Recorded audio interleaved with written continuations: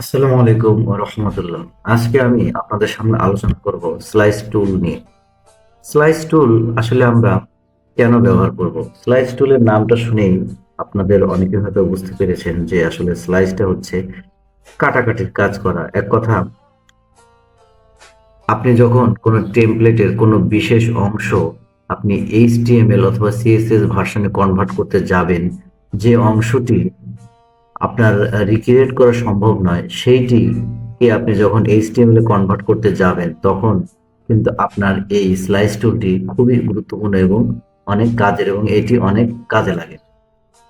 এখন আমরা দেখি আসলে স্লাইস টুলটি কিভাবে কাজ করে। অনেক ক্ষেত্রে দেখা যায় যে আসলে আপনাদের মানে আমাদেরকে অনেক ক্লায়েন্ট বলে থাকে যে আমার একটা পিএইচডি ফাইল আছে, আমার একটা এআই ফাইল আছে, এখান থেকে আমার এম, এই যে অপশনগুলো আছে, লাইক আপনি প্রোডাক্ট, নিউজ, এগুলোকে আপনি রিক্রিয়েট করতে পারবেন না। সেক্ষেত্রে বলবে কি আমার এই যে এখানে ওয়েবসাইটটি ডিজাইন করা আছে। আর আগে বলে রাখি যে ওয়েবসাইট ডিজাইন কিন্তু অ্যাডোবি ইলাস্ট্রেটর, অ্যাডোবি ফটোশপেও টেমপ্লেট তৈরি করে প্রথমে, এবং সেখান থেকে কিন্তু স্লাইস দিয়ে কাটিং এর মাধ্যমে এইচটিএমএল এবং সিএসএস এ কনভার্ট করে নেয়। তো আপনার ক্লায়েন্ট যখন এরকম অফার করবে যে আমার এরকম পিএইচডি এবং এআই ফাইল আছে, সেখান থেকে আপনি আমাকে এইচটিএমএল কনভার্ট করে দিন, তখন কিন্তু আপনার এই স্লাইস টুলটি খুবই হেল্পফুল এবং খুবই ভালো, মানে উপকারী একটি টুলস, এবং এই টুলস দিয়ে আপনি সম্পূর্ণ কাজ করে ফেলতে পারবেন। তাহলে চলুন দেখি আসলে স্লাইস টুলটি কোথায় আছে। এই যে আমাদের যে আর্টবোর্ডের যে টুলটি আমরা যে গত পর্বে শিখেছিলাম, এর পাশেই দেখুন একটি টুল দেখা যাচ্ছে, মানে ছুরির মতো।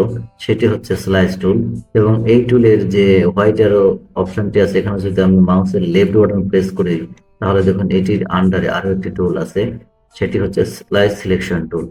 এই দুটি টুল নিয়ে আজকে আমি আপনাদের সাথে কথা বলবো। এখন স্লাইস টুলটির শর্টকাট কি হচ্ছে শিফট প্লাস কে, এবং এই টুলটি যদি আপনারা কিবোর্ড থেকে মানে শর্টকাটে সিলেক্ট করতে চান, তাহলে কিবোর্ড থেকে শিফট প্লাস কে একসাথে প্রেস করলে কিন্তু হয়ে যাবে। আমি কিবোর্ড থেকে কিন্তু শিফট প্লাস কে প্রেস করেছি, আর আমাকে সে একটি অপশন দিচ্ছে। এখন দেখি আসলে স্লাইস টুলটি কিভাবে কাজ করে। ধরুন আমি স্লাইস টুল দিয়ে আমার এই যে এখানে এখানে আমার যে এই অংশটি আছে, এই অংশটিকে আমি স্লাইস করতে যাচ্ছি। আমি করব কি, আমার এইখানে ধরে আমার যতটুকু এরিয়া দরকার, আমি ততটুকু এরিয়া এইভাবে সিলেক্ট করব মাউস ড্র্যাগ ড্রপ করে। করার পরে এখন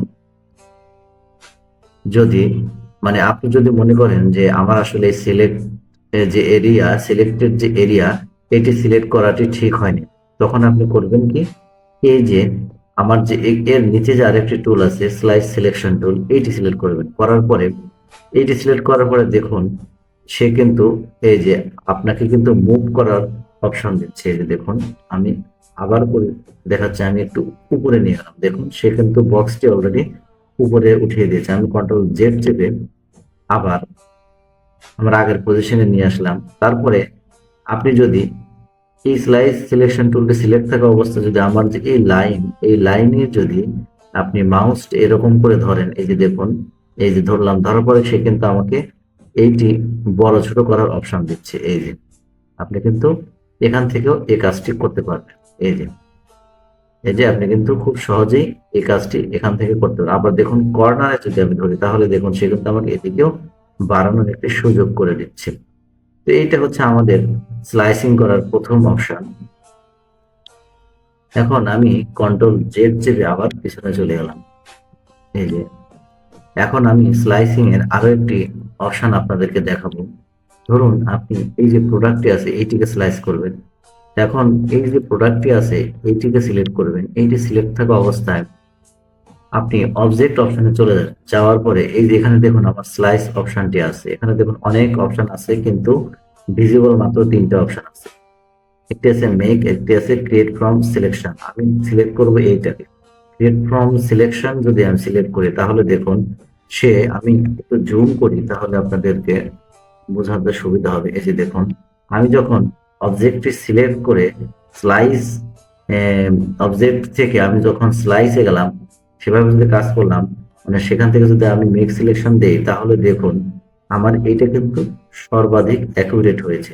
আপনি যখন ম্যানুয়ালি করতে যাবেন তাহলে কিন্তু তখন কিন্তু অ্যাকুরেট নাও আসতে পারে। সেক্ষেত্রে আপনি এই অপশনটি ব্যবহার করতে পারেন।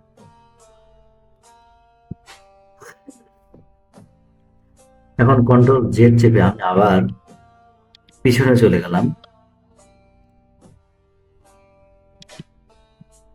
পিছনে চলে গেলাম, যাওয়ার পর এখন আমি আরো একটি ওয়ে আপনাদেরকে এখন দেখাবো, সেটা হচ্ছে গাইড। এখন আমি যদি কিবোর্ড থেকে কন্ট্রোল আর প্রেস করি তাহলে দেখুন আমাকে কিন্তু এই যে অপশনগুলো স্কেলিং পয়েন্ট দেখাচ্ছে, এটার নাম আসলে গাইড। এখন আমি যদি আবার কন্ট্রোল আর প্রেস করি তাহলে কিন্তু এখান থেকে আবার সেটি চলে যাবে। এইটি কিন্তু আপনারা উইন্ডো প্যানেলে গিয়েও নিয়ে আসতে পারেন গাইড। এখন আমি করলাম কি কন্ট্রোল আর চেপে আমি গাইড নিয়ে আসলাম। আসার পরে দেখুন আপনি যখন এই যে মাউসটি এখানে ধরবে তখন কিন্তু একটি স্কেলিং এর অপশন আপনি কিন্তু এখান থেকে নিয়ে আসতে পারবেন। এই যে দেখুন আমি এখান থেকে আরো একটি এখান থেকে নিয়ে আসলাম, আমি এখান থেকে নিয়ে আসলাম এটি, এখান থেকে এটি নিয়ে আসলাম। নিয়ে আসার পরে আমি করলাম কি গাইড সবগুলোকে আমি সিলেক্ট করব। আমি এটাকে সিলেক্ট করলাম, আমি শিফট প্রেস করে ধরলাম, এটিকে সিলেক্ট করলাম, শিফট ধরলাম, এটিকে ধরলাম, আমি চারটিকে সিলেক্ট করে আমার গাইড চারটিকে সিলেক্ট করার পরে আমি অবজেক্ট অপশনে যাব। যাওয়ার পরে স্লাইসে গেলে দেখুন এখানে কিন্তু আমাকে আরো একটি অপশন বেশি করে দেখাচ্ছে, ক্রিয়েট ফ্রম গাইডস। এখানে যদি আমি প্রেস করি তাহলে দেখুন সে অটোমেটিক্যালি আমার এই যে স্লাইসিং এর যে অপশন এটি নিয়ে নিয়েছে। তো এই ছিল আসলে আমাদের যে বিভিন্ন স্লাইসিং করার সিস্টেম। এখন আমরা দেখব যে আসলে স্লাইসিং যে অপশনটি আমরা কাজ করলাম এখান থেকে আমরা কিভাবে পিএনজি ফাইলে কনভার্ট করতে পারি। আমরা যখন এটিকে পিএনজি ফাইলে কনভার্ট করব তখন আমরা এটাকে কিন্তু খুব সহজেই কিন্তু এটাকে আমরা এইচটিএমএল সিএসএস এ নিয়ে যেতে পারবো এবং ওইখান থেকে আমরা খুব ইজিলি ভাবে কাজ করতে পারবো। আমি কন্ট্রোল মাইনাস চেপে একটু জুম আউট করে নিলাম। নেওয়ার পরে ধরুন আমি কিছু অংশ সিলেক্ট করি যে আমার যতটুকু দরকার আমি স্লাইসিং করব ততটুকুই। ধরুন আমি এখানে স্লাইস সিলেকশন টুল দিয়ে আমি এটিকে সিলেক্ট করলাম, আমি এটিকে আনগ্রুপ করে নিই সবগুলোকে, তাহলে বোঝাতে সুবিধা হবে আপনাদের। এই যে আমার কিন্তু প্রত্যেকটা অবজেক্ট এখন সেপারেট। এখন আমি প্রথমে করলাম কি আমার যে এই যে স্লাইস টুল আছে এইটি দিয়ে আমি প্রথমে ধরুন আমার এই অবজেক্টটিকে সিলেক্ট করে নিই। নেওয়ার পরে দেখুন আমার এই যে এখানে কিন্তু একটু কর্নার একটু ভিতরে চলে গেছে, আমি এটিকে করবো কি আরেকটু এটা দিয়ে দিলাম। দেওয়ার পরে এখন আমি আরো কিছু স্লাইসিং করবো, আমি এটাকে করব, আমি সিলেক্ট করে স্লাইস দিলাম, দেওয়ার পরে ক্রিয়েট ফ্রম সিলেকশন আমার দুইটা হলো, আমি এটাকে করব, আমি এখানে দিলাম ক্রিয়েট ফ্রম সিলেকশন তিনটা হলো, আমি এটাকেও দিই,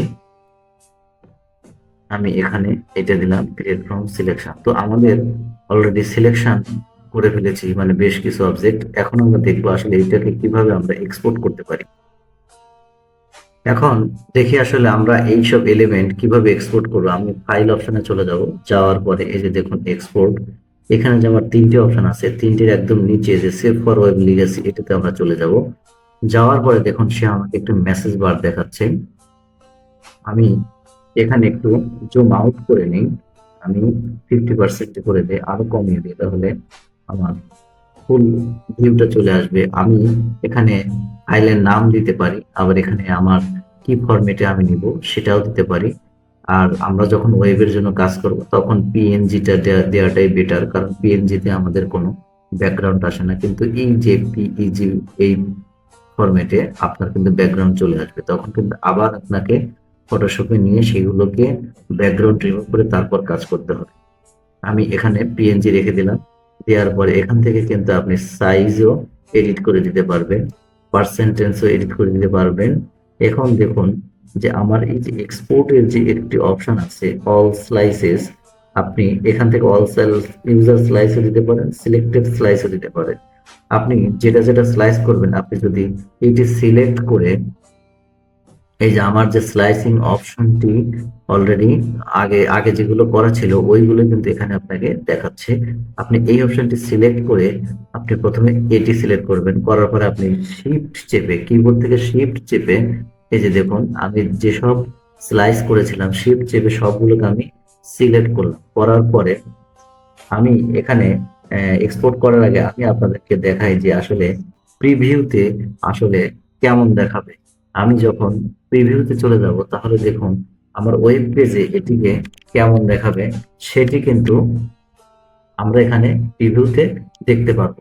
এই যে দেখুন, এই যে আমার যে কোডিং, আমি যে যতগুলো যতগুলো ইমেজ আমি স্লাইসিং করেছি সবগুলো ইমেজের কোডিং কিন্তু সে আমাকে দেখিয়ে দিচ্ছে এখানে। তো এইভাবে আপনারা এটাকে রিভিউ করে দেখে নিতে পারেন। এরপরে আপনি যখন সেভ করতে যাবেন, আমি সেভ করে দিলাম। দেওয়ার পরে আমাকে একটি ফোল্ডার ক্রিয়েট করতে বলছে, আমি ডেস্কটপে এটাকে রেখে দিই। ডেস্কটপে আমি এখানে ধরুন আমি একটি ফোল্ডার ক্রিয়েট করে নিলাম, স্লাইস দিয়ে করে নিলাম। এইখানে আমি আমার ফোল্ডারগুলোকে রেখে দিলাম। দেখুন এক্সপোর্ট হওয়ার পরে আমার ওয়েবের যে এলিমেন্ট গুলো, এই যে আমার এখানে এখানে কিন্তু চলে এসেছে অলরেডি। ইমেজ নামের একটি ফোল্ডার তারা তৈরি করে দিয়েছে। এই যে দেখুন প্রত্যেকটা ইমেজ কিন্তু সে সেপারেট করে আলাদা আলাদা ভাবে আমাদেরকে এখানে দেখাচ্ছে। তো এভাবে আপনারা স্লাইস টুল ব্যবহার করে এভাবে আপনারা আপনাদের প্রয়োজনীয় কাজগুলো করে নিতে পারেন। তো বন্ধুরা আজকে এ পর্যন্তই। আপনারা সবাই ভালো থাকবেন। আসসালামু আলাইকুম ওয়া রাহমাতুল্লাহ।